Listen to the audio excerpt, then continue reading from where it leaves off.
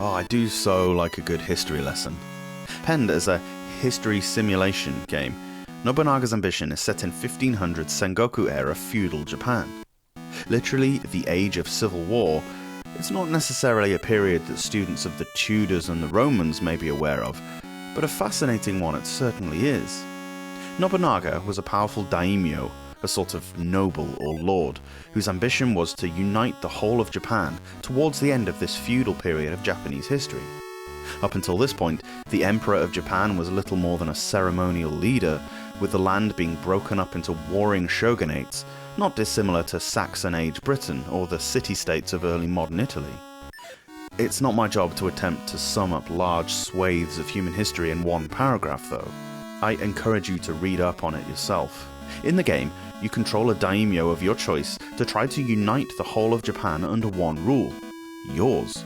This is done by allocating resources adequately to raise your military force, while also maintaining a productive economy by protecting the people. The game takes place in a turn-based manner, with each turn in the map view corresponding to a season in-game, and each turn in battle corresponding to a day.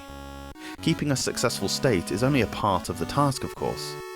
Once your military force is strong enough, you're going to want to be aggressive to your neighbours. It's no good waiting for them to peter themselves out, because it won't happen. If you want to unite Japan, you're going to have to do it by force.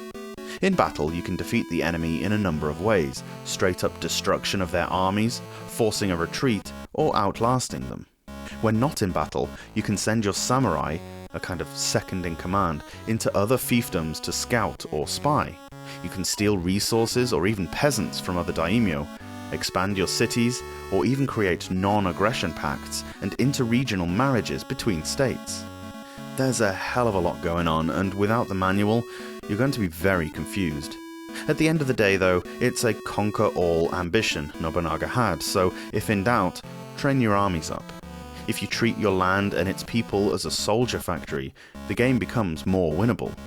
The biggest stumbling block that the Game Boy version has is its inaccessible navigation. Knowing how to interpret the assortment of letters and numbers on the screen is a challenge in and of itself. Clearly, this suffers from the kanji to English translation squeeze that we've seen before. If you thought the main operation screen was complex, wait until a battle is initiated. You have a plethora of options at your disposal: how many soldiers to send and how much food to give them, how many of your samurai to lead them, and which legions they command. And then it's onto the most confusing game of chess you ever played. The battlefield is laid out in a hexagonal grid, meaning you can move your soldiers to any one of 6 adjacent tiles. If opposing forces are adjacent to each other, they can battle or flee, or attempt to bribe each other. What makes this really confusing at first is differentiating between your and your enemy's forces. The symbols representing both armies, and their various cavalry, rifles and so on, are identical, aside from the fact that one side faces the left-hand side of the screen and the other faces right. If you do manage to work out which characters are yours to maneuver, there's so much flicking between options and menus that it can be a damn challenge to know what you're even doing with them. The music in the game is well composed and has a solid RPG feel to it. It doesn't get irritating, which can only be a good thing. Graphically, it's a little cramped, although seeing as there are few moving parts, it's never blurry, and as you'll be taking your sweet time doing anything in Nobunaga's Ambition, this shouldn't be a problem. This is a very thoroughly thought out game, but like old tabletops such as Dungeons & Dragons, it's almost inaccessible to new players. It should definitely not be your first game of this genre. Get something like the brilliant Advance Wars for Game Boy Advance, or one of the multitudes of great turn-based strategy games available on the DS such as Locke's Quest.